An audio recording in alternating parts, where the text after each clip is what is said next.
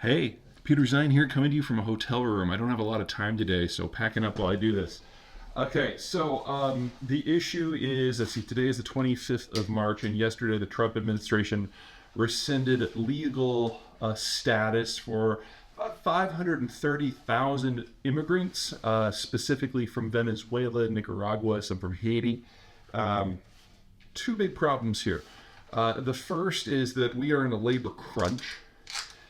We have record low unemployment, and pulling 500,000 people who are participating in the labor force is kind of a problem. You see, these were not your normal people who cross at the border. These are people who got legal dispensation from the Biden administration, not just to come here, but for them to come here, they had to register with authorities, have an interview with the Department of Immigration, have a financial sponsor, and so they were integrated to the system. They had passed checks.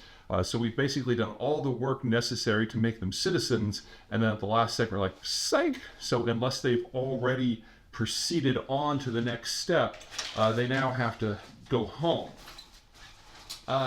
That's problem one. Remember, we need to double the size of the industrial plant if we're going to be ready for the Chinese collapse. That means a lot of construction. That means a lot of people building things. And as a rule, construction is a sector where most American citizens don't want to work. So this is a real problem for the labor force. So to invest all of this time and effort and money and man hours in making these people ready and then kicking them out the last second, that's just a waste. Second problem is legalities.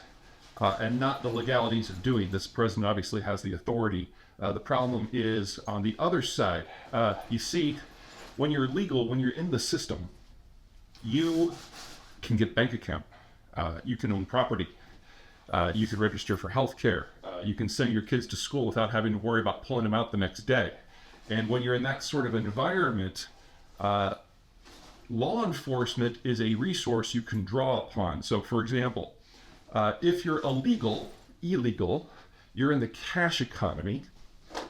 And that means that everyone in your area who knows you're not a legal migrant knows that you basically deal with cash. And as a result, you've identified yourself as someone to rob. And if you are robbed, you don't go to law enforcement because you're afraid you might get deported.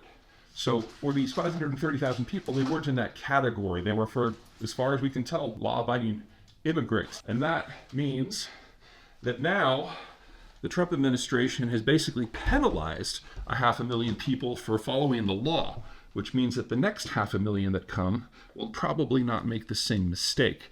This is an issue that we have had pretty chronically since the 1980s, when the Reagan administration was the last administration to go through and change the legal structures for migration.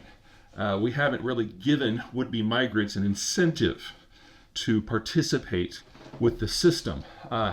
And this sort of thing is definitely going to accentuate that problem. Keep in mind that within the last month, the Trump administration has started arresting would-be migrants that have also participated with the system through the CBP app, arresting them on their way to their court hearings where they were supposed to be ruled upon whether or not they were legal or not, and just grabbing them and send them home. So the next wave is definitely going to cross illegally and form an underclass in American society. And as we've seen with the phase one of the Trump administration 4 years ago, the wall did wonders for encouraging illegal migration, made it a lot easier because the Sonoran and the Chihuahuan deserts are the greatest natural barriers in the hemisphere.